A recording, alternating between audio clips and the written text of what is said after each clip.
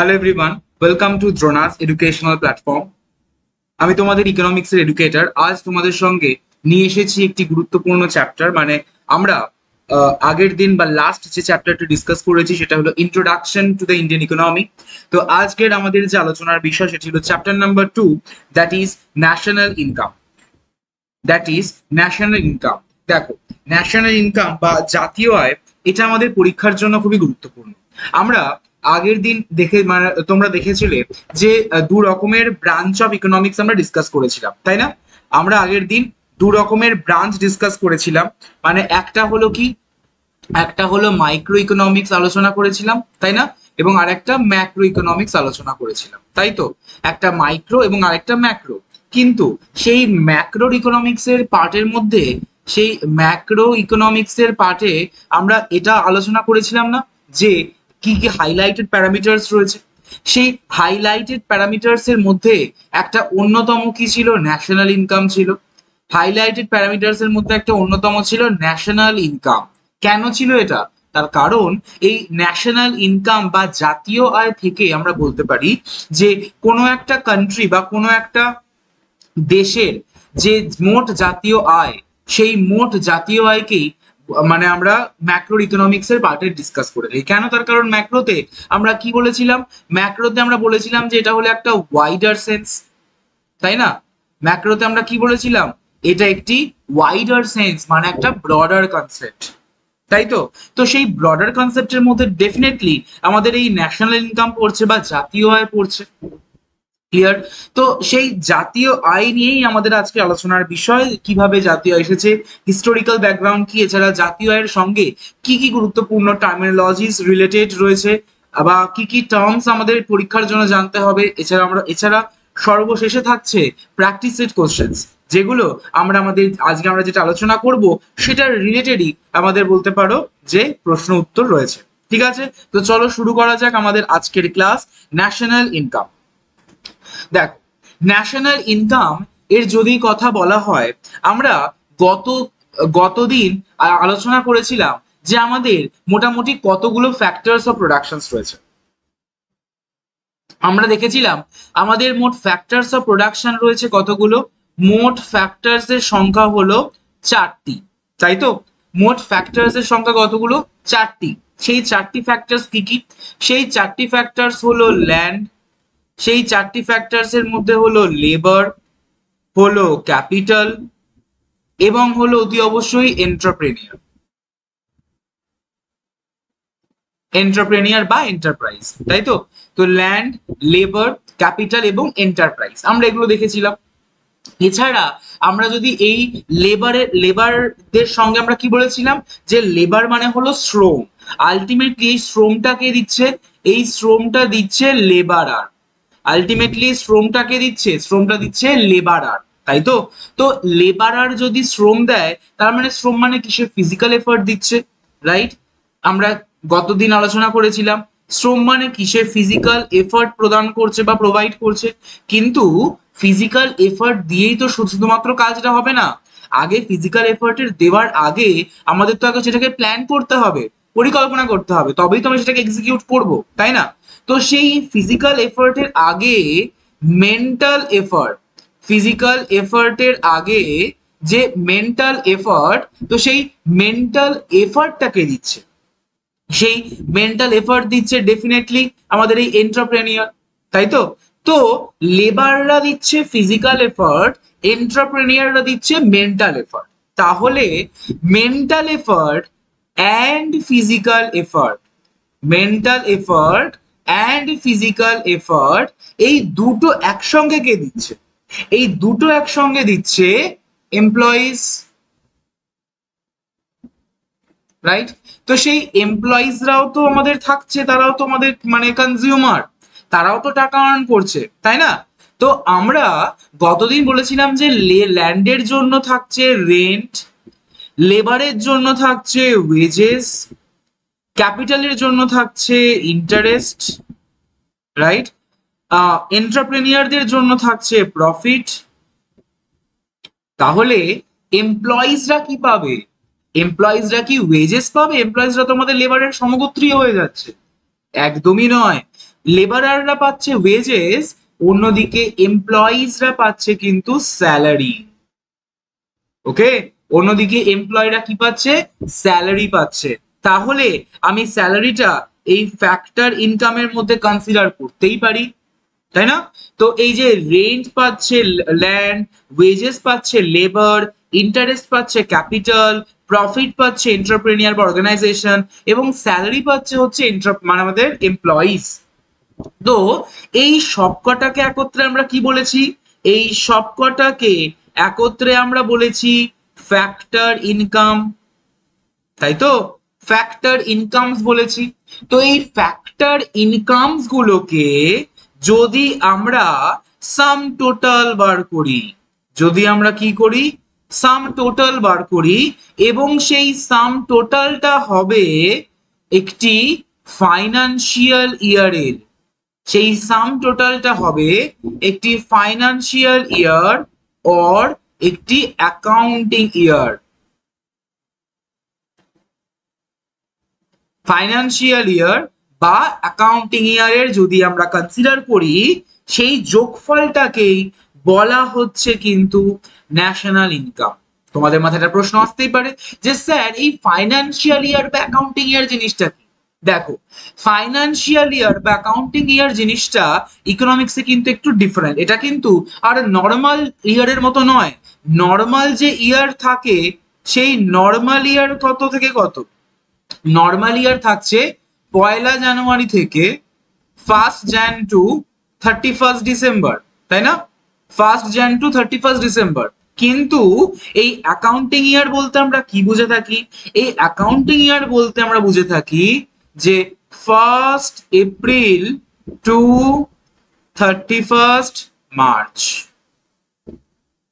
1 April to 31 March যে বছরটা হলো, সেই বছরটাকেই বলা হয়ে থাকে ফাইনান্সিয়াল ইয়ার বা অ্যাকাউন্টিং ইয়ার বা ফিসকাল ইয়ার বলা হয়ে থাকে। ঠিক আছে? তো এই পার্টিকুলার ফাইনান্সিয়াল ইয়ার বা অ্যাকাউন্টিং ইয়ার বা ফিসকাল ইয়ারে আমরা যে ফ্যাক্টর ইনকামস গুলো পেলাম, সেই ফ্যাক্টর ইনকামস গুলোকে যদি আমরা সাম টোটাল করি বা যোগফল বার করি, কিন্তু যোগফলের মধ্যে কিন্তু কোনো রকমেরই ডুপ্লিকেশন থাকবে না বা নকল করা থাকবে না। সেই ইনকামটিকে বা সেই অ্যামাউন্টটিকে বলা হয়ে থাকছে ন্যাশনাল ইনকাম বা জাতীয় আয়।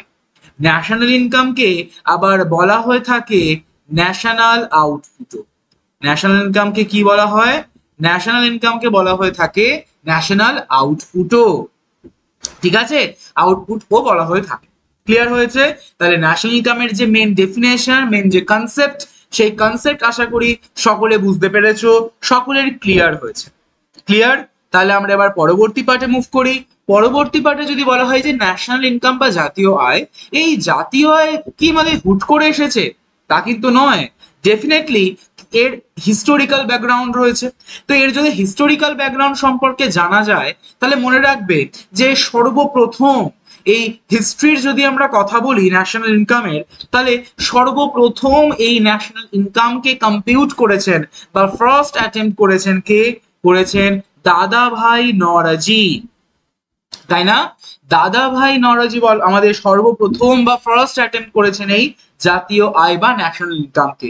কিন্তু কত সালে?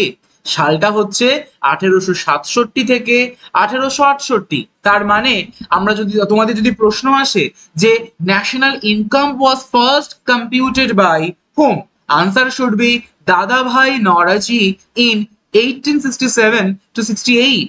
আমরা সকলে জানি the poverty and unBritish rule in India খুবই বিখ্যাত একটা বই দাদাভাই নওরোজি। সকলে মনে রাখবে the poverty and unBritish, the poverty and unBritish rule in India, the poverty and unBritish rule in India. এটা হলো একটি বিখ্যাত বুক। কার বুক? বিখ্যাত বুকটা হলো দাদাভাই নওরোজি। তাহলে সর্বপ্রথম তিনি 1867 থেকে 68 সালে ফার্স্ট অ্যাটেম্প্ট করলেন এই জাতীয় আয়কে। তো যদি জাতীয় আয় যদি অ্যাটেম্প করা হয়, মানে ফার্স্ট কম্পিউট করা হয়, তাহলে সেখান থেকে নিশ্চয়ই আমাদের পার ক্যাপিটা ইনকামটাও ডিটারমাইন করা যাবে। তো পার ক্যাপিটা ইনকাম অ্যাকর্ডিং টু দাদাভাই নওরোজি ওয়াজ 20 রুপিস। তাহলে 20 টাকা ছিল দাদাভাই নওরোজির মতে মাথাপিছু আয় বা per capita income. Clear? So per capita income computed by him was 20 rupees. এটাও কিন্তু আমাদের পরীক্ষার প্রশ্ন চলে আসতে পারে। তাহলে এখান থেকে 1 নম্বর প্রশ্ন, কে অ্যাটেম্পট করেছেন, কবে অ্যাটেম্পট করেছেন। 2 নম্বর প্রশ্ন, কত টাকা তার মতে পার ক্যাপিটা ইনকাম হয়েছে। 3 নম্বর প্রশ্ন কিন্তু আমরা পেয়ে গেলাম। 4 নম্বর প্রশ্ন হিসেবে থাকছে যে তার বিখ্যাত বইটার নাম কি।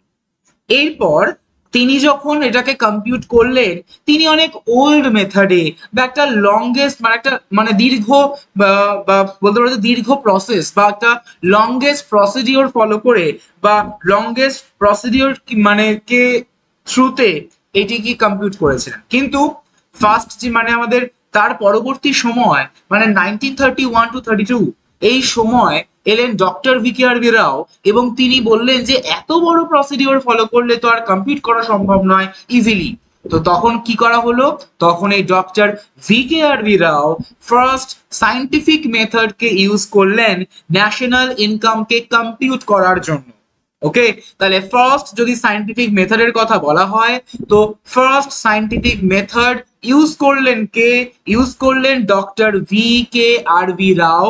কত সাল ইউজ করলেন, ইউজ করলেন 1931 to 1932 তে। তাহলে এখান থেকে আমাদের 5 নম্বর প্রশ্ন চলে আসছে এবং কত সালে তিনি কম্পিউট করলেন, এলো 6 নম্বর প্রশ্ন। তাহলে সিম্পল ল্যাঙ্গুয়েজে দেখো যে আমরা 3টে সেন্টেন্স থেকে 6 রকমের প্রশ্ন কিন্তু পেয়ে যাচ্ছি।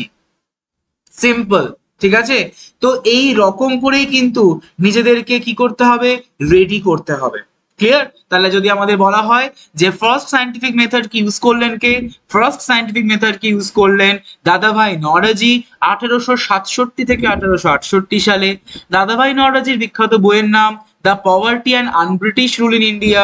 তার মতে মাথাপিছু আয় হওয়া তার মতে মাথাপিছু আয় ছিল মাত্র 20 টাকা সেই সময়।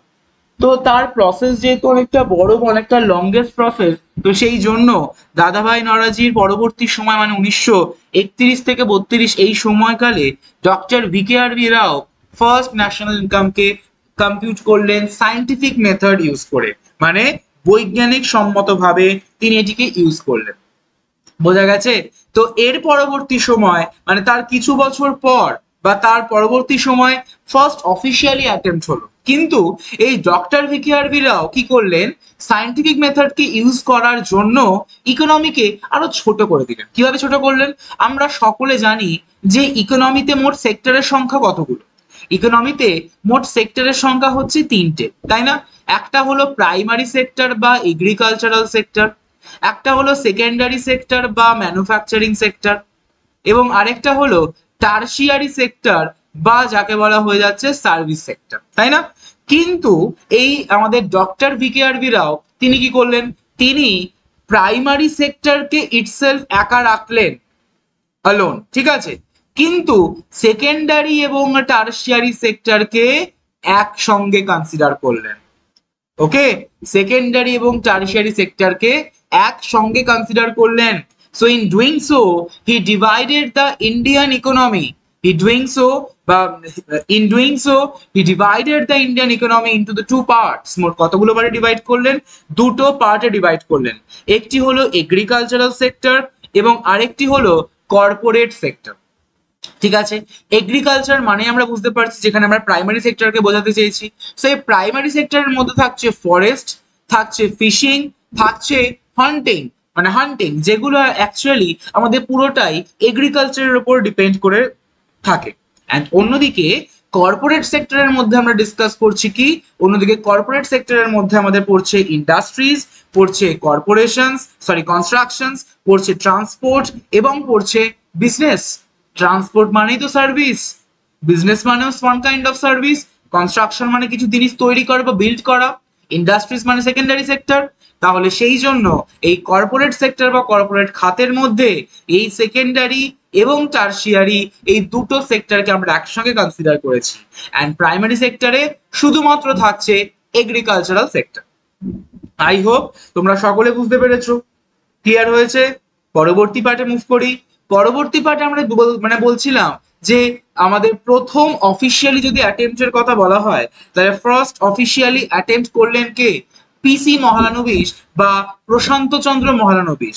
তো এই যে প্রশান্ত চন্দ্র মহলানবিশ, তিনি হলেন একজন ফেমাস স্ট্যাটিস্টিশিয়ান। প্রশান্ত চন্দ্র মহলানবিশ হলেন একজন ফেমাস স্ট্যাটিস্টিশিয়ান।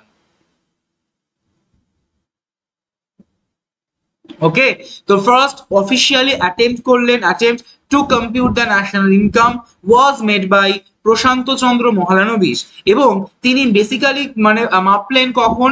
1951 সাল, 1951-এ। তিনি কবে মাপলেন বা তিনি কবে কম্পিউট করলেন? 1951-এ।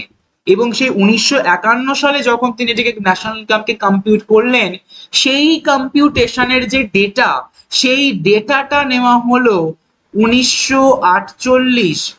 সেই ডেটাটি নেওয়া হলো 1948-49-এর যে অ্যানুয়াল বা অ্যাকাউন্টিং ইয়ার, সেই অ্যাকাউন্টিং ইয়ার বেসিক্যালি 1948 সালের 1 এপ্রিল থেকে 1949 সালের 31 মার্চ পর্যন্ত। ক্লিয়ার?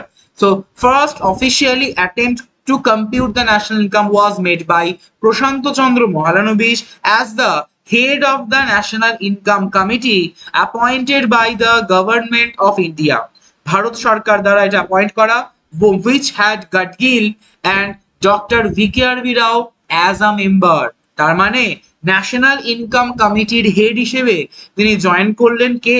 প্রশান্ত চন্দ্র মহলানবিস জয়েন করলেন, এবং সেই ন্যাশনাল ইনকাম কমিটিকে আমাদের অ্যাপয়েন্ট কে করলেন, বা আমাদের পিসি মহলানবিসকে অ্যাপয়েন্ট কে করলেন? অতি অবশ্যই গভর্নমেন্ট অফ ইন্ডিয়া অ্যাপয়েন্ট করলেন।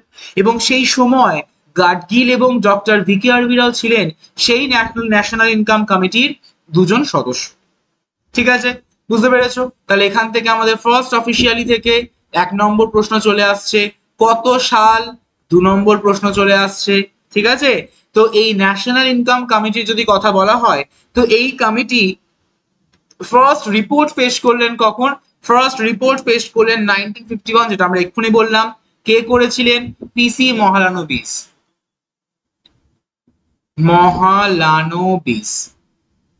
প্রশান্ত চন্দ্র মহলানবিস এটিকে ফার্স্ট রিপোর্টটাকে প্রেজেন্ট করলেন।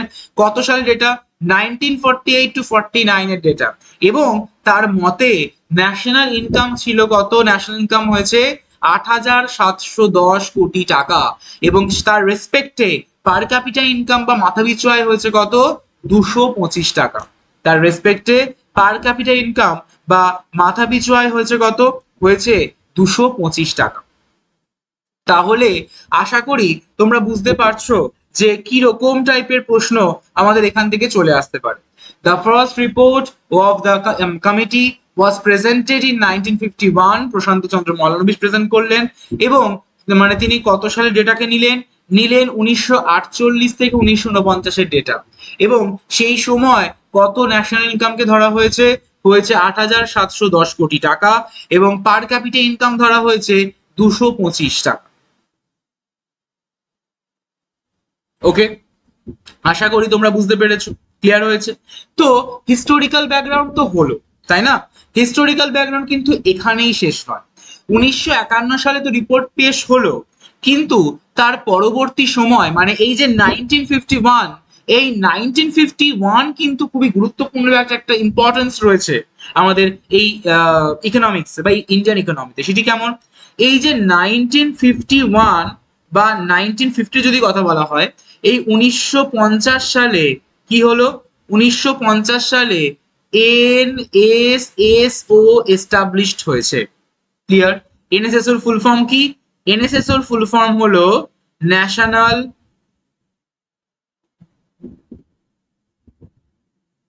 Sample survey office.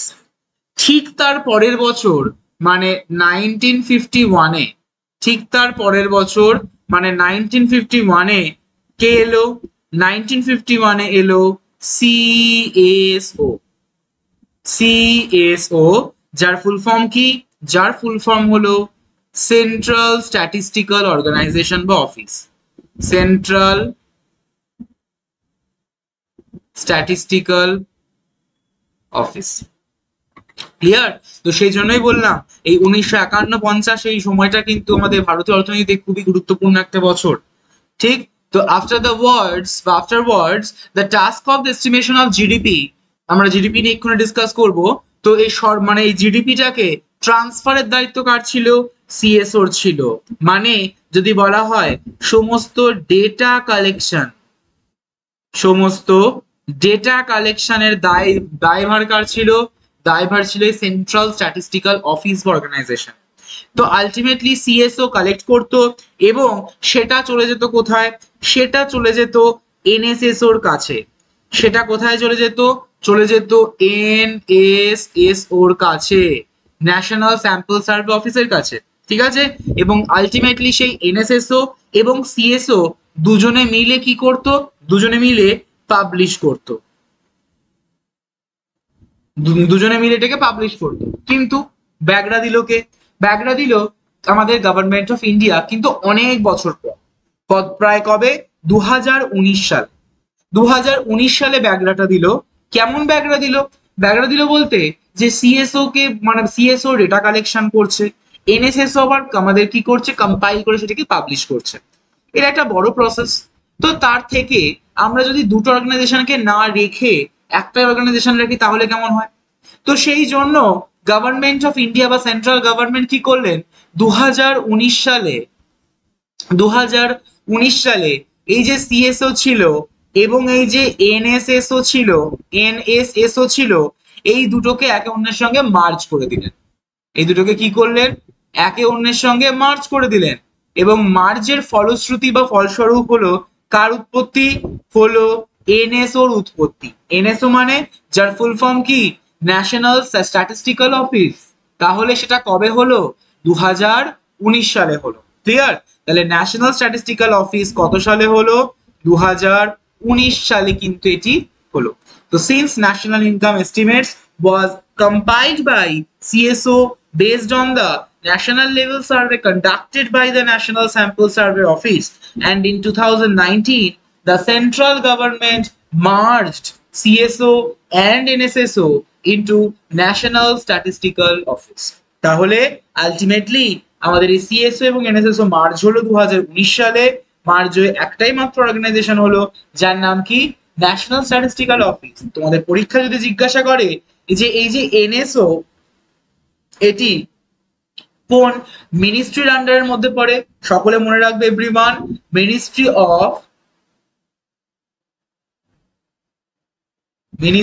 Of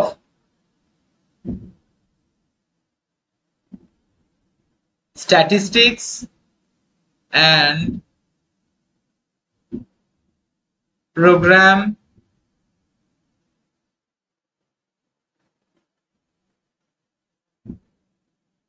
implementation.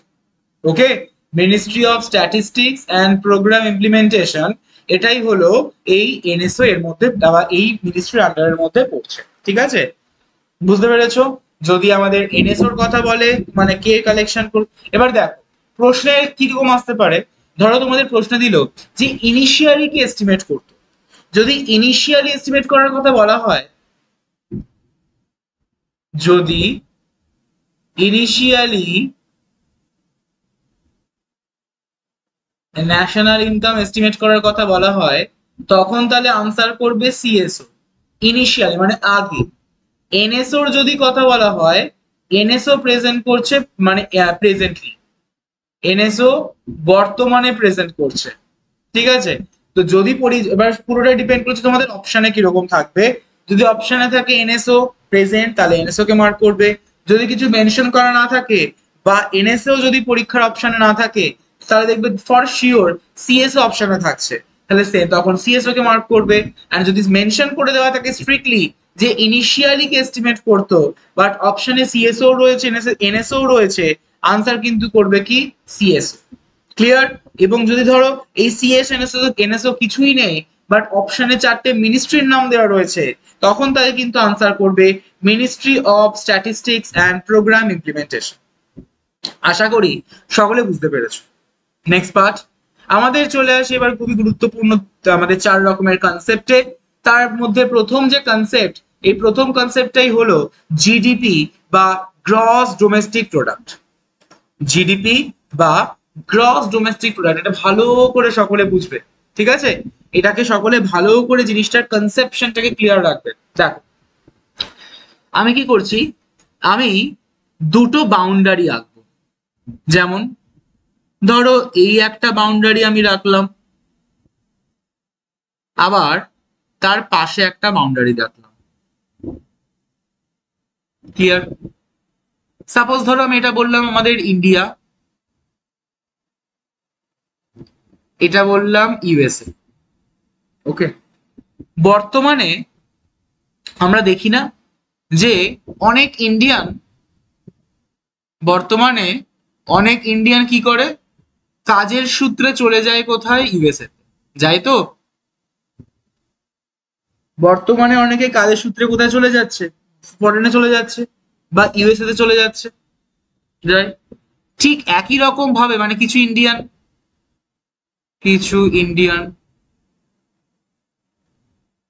আবার ঠিক একই রকম ভাবে কিছু ইউএস এর পাবলিক বা কিছু ফরেনার আমাদের দেশেও তো আসে। কিছু ইউএসএ মানে কিছু ফরেনার আমাদের দেশেও তো আসছে, তাই না? তাহলে আমি এখানে লিখলাম ফরেনার আসছে। কোথায় আমরা দেখি? মায়াপুর, ইসকন, নবদ্বীপ, দেখি তো। দিল্লির মায়াপুর দেখে থাকি, সরি দিল্লির ইসকন দেখে থাকি, যেখানে আমাদের ফরেনাররা প্রচুর রয়েছে, স্টে করছে এসে। তারা কোথা থেকে এসছে? বাইরে থেকে এসছে। আমি ধরলাম সাপোজ তারা ইউএসএ থেকে এসছে। কিন্তু স্যার আপনি এই দুটো কেন কনসেপ্টটা বোঝাচ্ছেন, মানে এই দুটো কেন, এই এক্সাম্পলটা কেন দিচ্ছেন জিডিপিতে? কারণ এখান থেকে আমরা বুঝতে পারবো যে জিডিপি জিনিসটা কি। দেখো ইন্ডিয়ার যদি কথা বলা হয়, ইন্ডিয়ানরা চলে যাচ্ছে ইউএসএ তে, কিছু মানুষ, সবাই তো যাচ্ছে না। ইন্ডিয়ার মধ্যে কিছু ইন্ডিয়ান যাচ্ছে ইউএসএ তে, ঠিক একই রকম ভাবে ইউএস এর কিছু আমেরিকান আসছে আমাদের ইন্ডিয়াতে, সবাই আসছে না। তার মানে যখন তারা ইন্ডিয়ানরা ইউএসএ তে চলে গেল, তাহলে এখানে কিছু ইন্ডিয়ানরা বাস করছে, রাইট? আবার এখানে কিছু আমেরিকানরাও মানে বসবাস করছে, রাইট?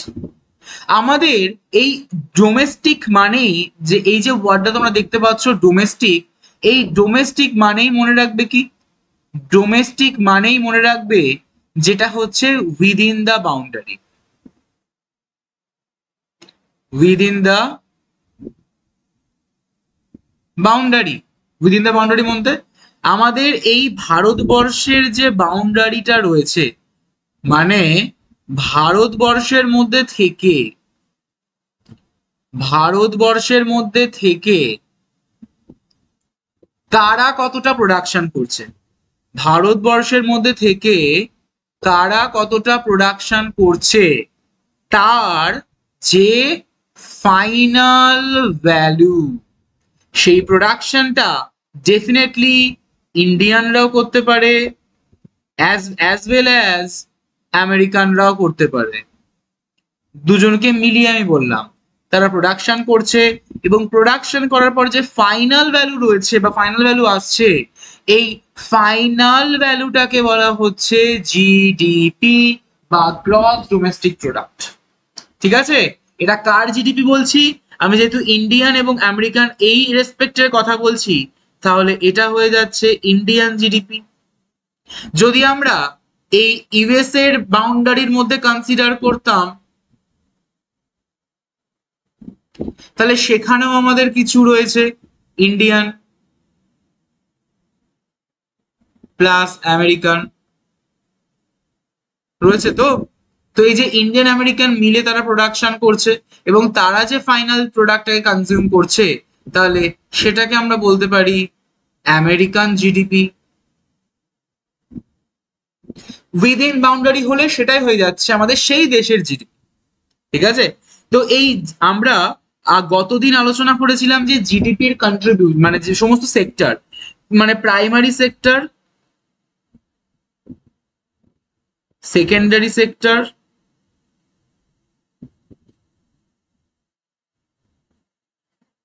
এবং টারশিয়ারি সেক্টর করেছিলাম। তো এই আমরা এই তিন রকমের সেক্টরের মধ্যে আমাদের দেখতে হবে যে কোন সেক্টর থেকে কতটা কন্ট্রিবিউশন আছে, এবং সেটাই কিন্তু পরীক্ষার প্রশ্ন চলে আসে। যদি বলা হয় প্রাইমারি সেক্টরে, এটা হচ্ছে অ্যাজ অফ 2023 অনুযায়ী প্রাইমারি সেক্টরে কত পার্সেন্টেজ আসছে? 20.19%। সেকেন্ডারি সেক্টরে কত পার্সেন্টেজ আসছে? 26% অ্যাপ্রক্সিমেটলি। অ্যান্ড টারশিয়ারি সেক্টরে কত পার্সেন্টেজ আসছে? 53.89%। ওকে, তাহলে আমরা যদি এই সবকটাকে যোগ করি, যোগ করে 100% আসছে। তো এই যেগুলো আমরা ভ্যালু লিখলাম, এগুলোকে বলা হচ্ছে কন্ট্রিবিউশন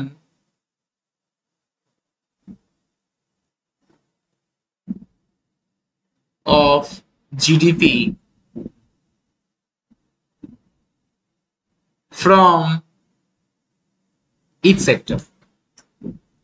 বোঝা গেছে? তাহলে এটা গেল আমাদের জিডিপির কনসেপ্ট। তো জিডিপিতে এবার আমাদের কি বলা হয়েছে দেখো, ডেফিনেশনে বলা হয়েছে যে it is the measure of the aggregate value of all the final goods and services produced in a financial year within the domestic territory. মানে ডোমেস্টিক টেরিটরির মধ্যে কতটা আলটিমেটলি প্রোডাকশন হয়েছে, তার যে ফাইনাল ভ্যালু বা তার যে ফাইনাল গুডস অ্যান্ড সার্ভিসেস এর যে ভ্যালু, সেইটাকে বলা হচ্ছে জিডিপি বা গ্রস ডোমেস্টিক প্রোডাক্ট। আশা করছি সকলে তোমরা বুঝতে পারছো। ক্লিয়ার? ঠিক একই রকম ভাবে যদি আমরা এবার গ্রস ন্যাশনাল প্রোডাক্টের কথা বলি, জিএনপি থেকে আমরা প্রথমে লিখতে পারি যে ন্যাশনাল, ডোমেস্টিকের জায়গায় চলে এসেছে ন্যাশনাল। তাহলে ন্যাশনাল মানে কি? ন্যাশনাল মানে হয়ে যাচ্ছে সিটিজেন। ন্যাশনাল মানে কি? ন্যাশনাল মানে হয়ে যাচ্ছে সিটিজেন। আমি আবারও এখানে দুটো আমি টেরিটরি রাখছি। এটা আমি ধরলাম ইন্ডিয়া, এবং তার পাশেরটা ধরলাম ইউএসএ। India, USA. ঠিক আছে? তো এই ইন্ডিয়ার কিছু পোর্শন এখানে আমাদের একই রকম ডায়াগ্রাম আঁকছি, চলে এসছে কোথায়? ইউএসএ তে। আবার ঠিক একই রকম ভাবে ইউএসএ এর কিছু পোর্শন চলে এসেছে কোথায়? ইন্ডিয়াতে। তাহলে এখানে আসছে ইন্ডিয়ান, এখানে আসছে আমেরিকান। ভালো কথা। আমি কি বললাম? আমি এখানে বললাম ন্যাশনালের কথা, মানে সিটিজেন। তার মানে আমি কিন্তু এখানে কোনো বাউন্ডারি জিজ্ঞাসা বলছি না। আমি এখানে কি বলছি? আমি এখানে বলছি যদি আমি ইন্ডিয়ার রেসপেক্টে দেখি, তাহলে আমি বলবো যে অল টোটাল কতজন ইন্ডিয়ান, অল টোটাল কতজন ইন্ডিয়ান একটি মানে দ্রব্য বা সেবা, গুডস অ্যান্ড সার্ভিসেসটাকে যে প্রডিউস করছে, তার যে ফাইনাল ভ্যালু। তাহলে final value of goods and services. কিন্তু এই যে ফাইনাল ভ্যালুটা যেটা আমরা পাচ্ছি, সেটা কাদের থেকে পাচ্ছি? সেটা পাচ্ছি শুধুমাত্র ইন্ডিয়ান থেকে। সেই ইন্ডিয়ান যারা ইন্ডিয়ার মধ্যে থেকে উৎপাদন করুক বা ইন্ডিয়ার বাইরে গিয়ে উৎপাদন করুক, আলটিমেটলি আমরা এখানে কনসিডার করছি যে কতজন ভারতীয় লোক কাজ করছে, সেটা নিজের দেশ থেকেই হোক বা সেটা ইউএসএ থেকেই মানে প্রোডাকশনটা করুক না কেন, তারা তো কিছু টাকা বাড়িতে পাঠায়, তাই না?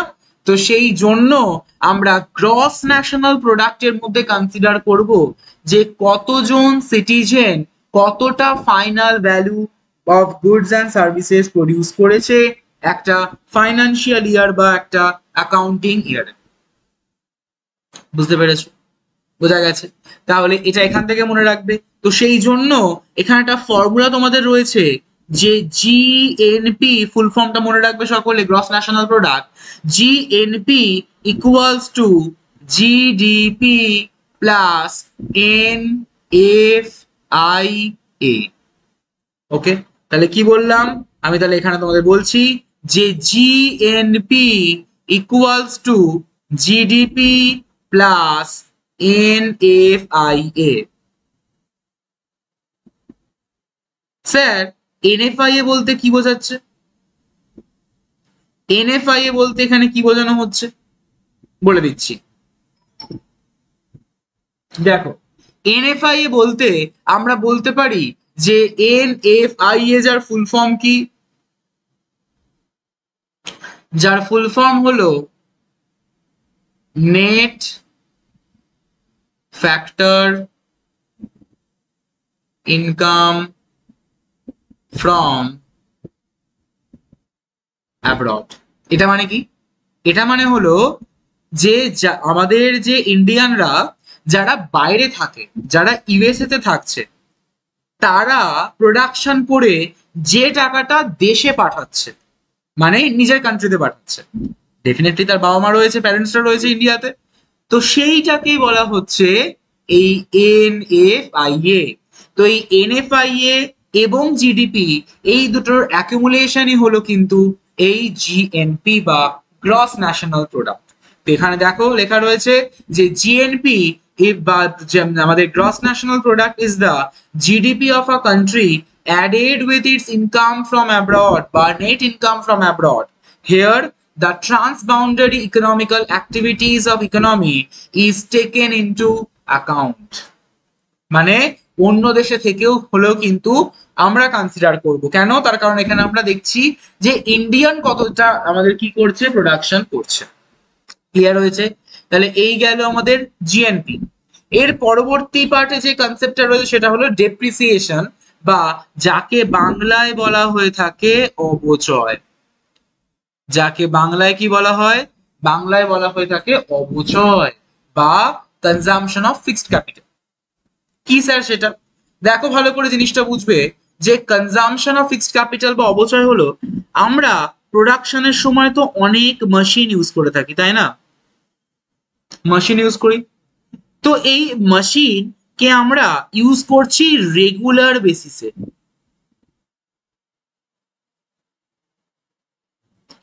রেগুলার বেসিসে আমরা ইউজ করছি।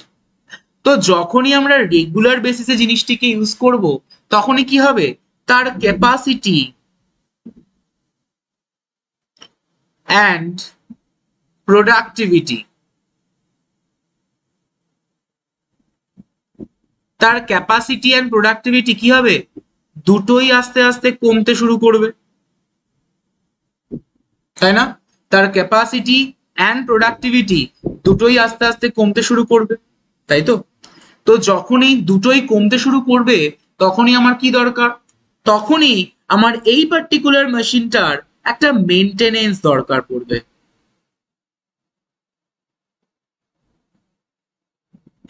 মেনটেনেন্স দরকার পড়বে, এবং আমি এই মেনটেনেন্স করার জন্য কি করব?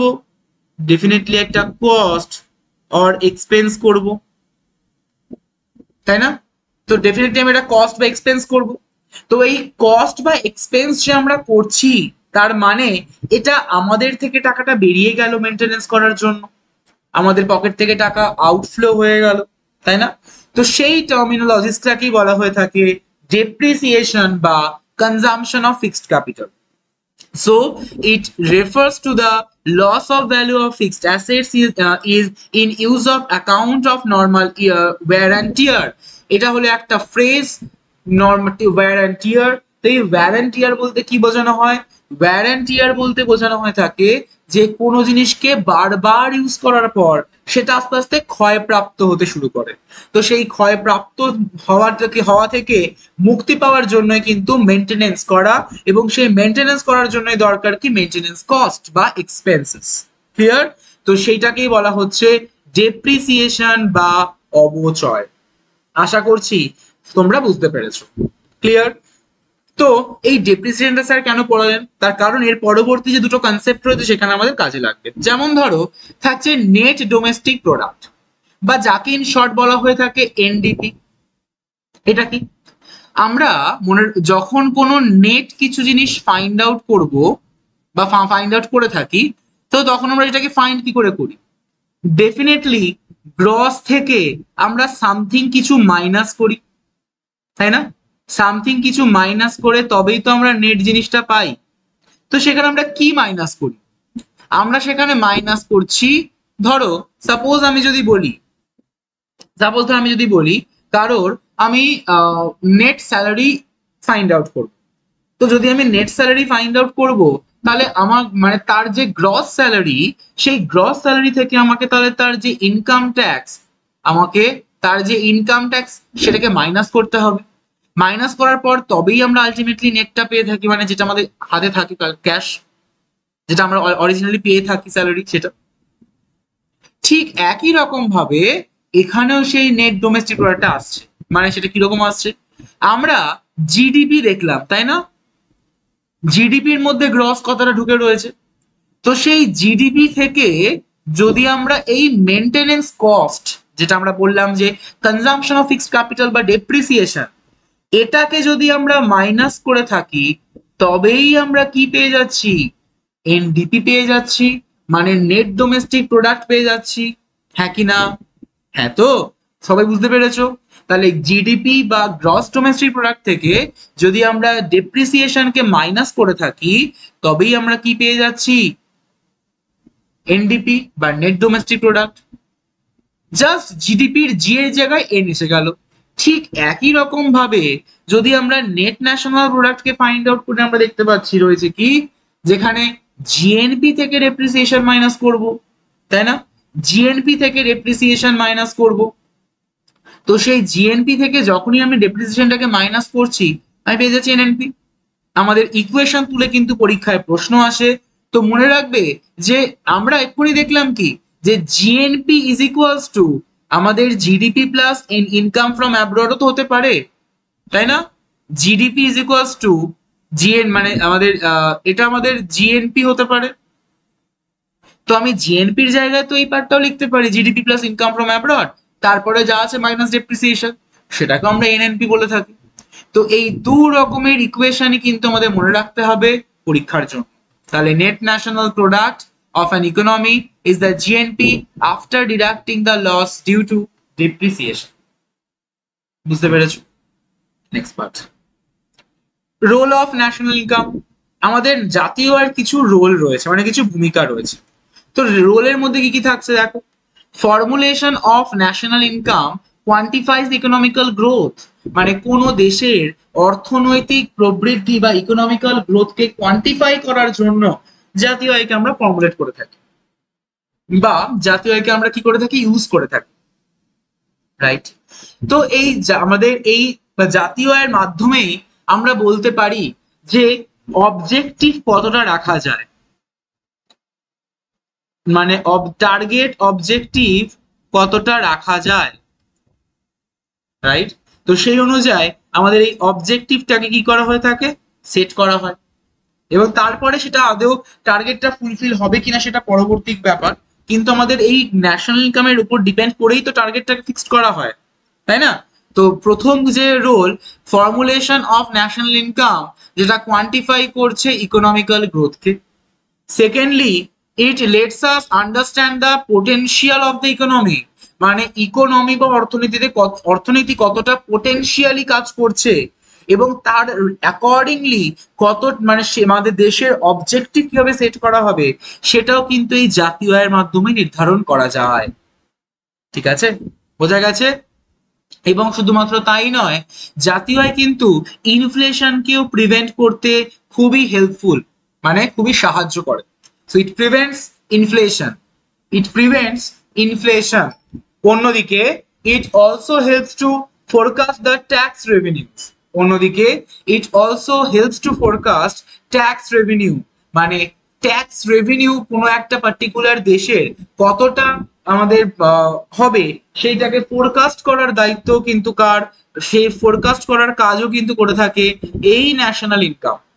অন্যদিকে আমাদের দেশের কোনো যদি ইনইকুয়ালিটিস থাকে, আমাদের দেশের কোনো যদি ইনইকুয়ালিটিস থাকে বা বৈষম্যতা থাকে এবং ঠিকভাবে যেন ইনকামটাকে ডিস্ট্রিবিউট করা হয়, সেই নিয়ে আলটিমেটলি যে ইনকাম ডিস্ট্রিবিউশন এবং reduction of the income inequalities, এটাকে নিয়ে ডিল করে বা এর জন্য হেল্পফুল কিন্তু এই ন্যাশনাল ইনকাম। তাহলে আমরা বুঝতে পারছি যে ন্যাশনাল ইনকাম কিন্তু খুবই গুরুত্বপূর্ণ রোল প্লে করে থাকছে আমাদের ইন্ডিয়ান ইকোনমিতে। শুধু আমাদের ইন্ডিয়ান ইকোনমিতে না, অল ওভার প্রত্যেকটা কান্ট্রিতে বা প্রত্যেকটা ইকোনমিতে কিন্তু একটা গুরুত্বপূর্ণ রোল পালন করে থাকে। আশা করছি সকলে তোমরা বুঝতে পেরেছো। এরপর আমাদের কিছু টার্মস পড়তে হবে বা যেগুলো আমাদের জাতীয় আয়ের সঙ্গে সম্পর্কযুক্ত, যেমন factor cost. What is factor cost? Factor cost হলো আমাদের যে factors of factors of production গুলো আমরা যেগুলো পেলাম, ল্যান্ড, লেবার, ক্যাপিটাল, এন্টারপ্রেনিয়ার, তাই না? তো এই সমস্ত ফ্যাক্টরের পেছনে যে কস্ট করতে হয় কোনো প্রডিউসার বা ম্যানুফ্যাকচারার। যেমন ধরো কোনো লেবারকে সে হায়ার করেছে, তো সেই লেবারকে হায়ার করার জন্য তাকে মজুরি দিতে হচ্ছে, তাকে ওয়েজেস দিতে হচ্ছে, তাই না? এছাড়া যদি বলা হয় থাকে যে এমপ্লয়িজরা স্যালারিজ পাচ্ছে, লেবাররা ওয়েজেস পাচ্ছে, র মেটেরিয়াল কিনতে গেলে তার জন্য র মেটেরিয়ালের জন্য এক্সট্রা কস্ট করতে হচ্ছে, ব্যয় করতে হচ্ছে। তো এই যে ফ্যাক্টরস অফ প্রোডাকশন করার জন্য যে কস্ট বা ব্যয় করতে হয়, সেইটিকেই বলা হয়ে থাকছে ফ্যাক্টর কস্ট বা উপাদানের খরচ বা ব্যয়। অন্যদিকে যদি আমরা মার্কেট প্রাইসের কথা চিন্তা করি, তাহলে মার্কেট প্রাইস বলতে কি বোঝায়? মার্কেট প্রাইস হলো বাজার দাম। মার্কেট প্রাইস বাজার দাম, সেটা কি? মানে আমরা যে দাম দিয়ে কোনো জিনিসপত্র বাজার থেকে কিনি, মানে দেখবে আমাদের প্যাকেটিং এ লেখা থাকে এমআরপি, তাই না? কিন্তু এই এমআরপি অ্যান্ড মার্কেট প্রাইস বা এমপি এটা কিন্তু সেম নয়। আমি ধরো সাপোজ বললাম কোনো একটা প্যাকেটে এমআরপি দেওয়া রয়েছে 30 টাকা, ঠিক আছে? কিন্তু যে সেলার সে আমার থেকে 5 টাকা কি করলো, ডিসকাউন্ট দিল। ডিসকাউন্ট দিয়ে কত টাকা পেলাম? ডিসকাউন্ট দিয়ে পেলাম 25 টাকা, তাই না? তো এই যে 25 টাকাটা আমি 25 টাকা যে আমি পে করলাম ওই জিনিসটা পারচেস করার জন্য, এইটাকেই বলা হচ্ছে এমপি বা মার্কেট প্রাইস। তাহলে এমআরপি হলো যেটা আমাদের প্যাকেটিং এ লেখা থাকে এবং আলটিমেটলি কনজিউমাররা যেটা পে করছে সেইটাকে বলা হয়ে থাকে কিন্তু মার্কেট প্রাইস। তো এই ফ্যাক্টর কস্ট এবং মার্কেট প্রাইসের উপর বেস করেই কিন্তু একটা ইকুয়েশন রয়েছে, সেই ইকুয়েশন দুটো কিন্তু মনে রাখতে হবে। একটা হলো factor cost equals to market price plus subsidies minus indirect taxes, এবং অন্যদিকে GDP at factor cost is equals to GDP at market price minus net indirect tax. তো নেট ইনডাইরেক্ট ট্যাক্স মানে কি? Indirect tax minus subsidies, indirect tax minus subsidies, এটাই হলো আমাদের কি net indirect tax. ওকে, তাহলে এই যে দুটো ইকুয়েশন, এই দুটো ইকুয়েশনকে মনে রাখতে হবে। মনে রাখবে সকল এভরিওয়ান যে আমরা যে এনএনপি পেলাম, so NNP at factor cost যেটা আমরা পাবো, সেই এনএনপি অ্যাট ফ্যাক্টর কস্টকেই কিন্তু আলটিমেটলি আমাদের কি বলা হয়ে থাকে? বলা হয়ে থাকে ন্যাশনাল ইনকাম। মানে NNP at factor cost equivalence to national income. Clear? Next term পাচ্ছি বেস ইয়ার। বেস ইয়ার মানে কি? এমন একটা বছরকে কনসিডার করা হয় যে বছরের প্রোডাকশন অনেকটাই বেশি, যে বছরের প্রোডাকশন কি? প্রোডাকশন বেশি, অনেকটাই বেশি, মানে তার সঙ্গে সঙ্গে ইনকাম হয়েছে বেশি, ড্রাউটস বা খরা বন্যা কম, ফ্লাড অ্যান্ড ড্রাউটস কম, সেই পার্টিকুলার বছরকে বেস ইয়ার হিসেবে কনসিডার করা হয় বা ভিত্তি বছর হিসেবে কনসিডার করা হয়। তো বর্তমান সময় যদি কথা বলা হয়, বর্তমানে কিন্তু বেস ইয়ার হিসেবে 2011-12কেই কনসিডার করা হয়ে থাকে, এবং এটা কিন্তু পরীক্ষার প্রশ্ন, পরীক্ষাতে আসতে পারে, প্রিভিয়াস ইয়ারের কোশ্চেন। ঠিক, এটা গেল আমাদের বেস ইয়ার। রয়েছে নমিনাল জিডিপি। আমরা মার্কেট প্রাইস পেলাম, তো যে জিডিপি বর্তমান সময়ের বাজার দামের উপর নির্ভর করে এস্টিমেট করা হয়ে থাকে। যে জিডিপি বর্তমান সময়ের বাজার দামের উপর নির্ভর করে এস্টিমেট করা হয়ে থাকে, সেই জিডিপিটাকে বলা হয়ে থাকছে কি নমিনাল জিডিপি। ওকে, নমিনাল জিডিপি। অন্যদিকে যদি আমরা রিয়েল জিডিপির কথা বলি, সো রিয়েল জিডিপি হলো যদি আমরা যে আমাদের বেস ইয়ার বলতে 2011-12 যে দাম, সেই দামের উপর বেস করে যে জিডিপি কে এস্টিমেট করা হয় সেইটাকে বলা হচ্ছে রিয়েল জিডিপি। তাহলে নমিনাল কোনটা? নমিনাল হলো বর্তমানে যদি 2023-এর যে মার্কেট প্রাইস, সেই মার্কেট প্রাইসের উপর বেস করে যে জিডিপিটাকে ক্যালকুলেট করা হয় সেটাকে বলা হচ্ছে নমিনাল জিডিপি। অন্যদিকে রিয়েল জিডিপি হলো 2011-12 বেস ইয়ারের জিডিপি মানে প্রাইসের উপর বেস করে যে জিডিপিটাকে ক্যালকুলেট করা হয় সেটাকে বলা হচ্ছে রিয়েল জিডিপি। তো মনে রাখবে অলওয়েজ এই real GDP is less than nominal GDP হয়ে থাকে। কেন? তার কারণ অবশ্যই আগেকার দাম নিশ্চয়ই এখনকার দামের মতন এত বেশি নয়, আগেকার দাম কম ছিল, এখনকার দাম বেশি হয়ে গেছে, সেই জন্য। তো এর মাধ্যমে কিন্তু ইনফ্লেশন আমাদের কি করা হয়ে থাকে, আমরা বুঝে থাকি যে আদৌ ইনফ্লেশন হয়েছে কি হয়। ক্লিয়ার? তো এখান থেকে মনে রাখবে যে nominal GDP by real GDP which is equals to GDP deflator, এটা কিন্তু সকলে মনে রাখবে। ক্লিয়ার? পরবর্তী concept, that is NFI, net factor income from. আমরা কিছুক্ষণ আগে বলেছি যে এনএফআই। তো এই এনএফআই কিন্তু জিএনপি এবং জিডিপির মধ্যে কি করছে, রীতিমতো অ্যাসোসিয়েট। যদি জিএনপি গ্রেটার দ্যান জিডিপি হয় তাহলে অবশ্যই এনএফআই এ থাকছে পজিটিভ। যদি জিএনপি লেস দ্যান জিডিপি হয় তাহলে অতি অবশ্যই এনএফআই এ থাকছে কি নেগেটিভ। ঠিক আছে? তো সেটা আমরা কোথা থেকে পাচ্ছি, কোন ইকুয়েশন থেকে?